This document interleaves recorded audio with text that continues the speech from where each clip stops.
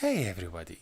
One of the problem that you see it in Python, there is no data type defined for variable. So if I say x equal, for example, Hussein, this data will be a string. So if you say type for x, he is intelligent enough to know this one is string. Same thing if I say x equal 10, but in string way. If I just click enter, then I click type for x, still he think this one is string, even its number. Do you know why? Because we added between double quotation. In some cases we want to change data type from string to integer or string to float or string to double or whatever. So how we change it? Let me define new variable, we name it x int equal the x, but not x. I want to change this x to integer. How to change it to integer? From string to integer, to just say int, open bracket, add the variable. That's mean, hey, take the string, convert it to integer, save it in a new variable in integer. Now if I say type for x in it, he have to give me an integer. Did you see?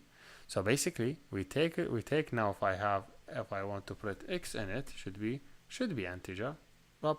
It doesn't work because I misspelled it. X in it, if you see, is integer, while normal x is string. So did you see basically how we could change from one data type to other? Also, you don't have to change it only to string. You could change it to integer. You could change it for float. So you say okay, x float in this way.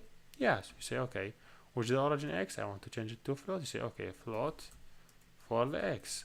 Now think about type for x float. Should it be float? See, you change it to float. Basically, that's great. So if say x float in this way, he will show you as a float number. So did you see? X was string, but it was very easy for us to change it to integer and change it to string. So you just write data type. Integer int, float, long, you say long, whatever. So what about the opposite way? If I have x, z equal 10, and I want to change this 10 to string. Now if I say type for x, now again x, I thought z, x is integer now. So I want to change it to string. How? I say x string. Okay, basically just I call the function str for the x. Here you go. Now if I say type for x string, he tell you, hey, this is string. If I just say x string, he consider as string.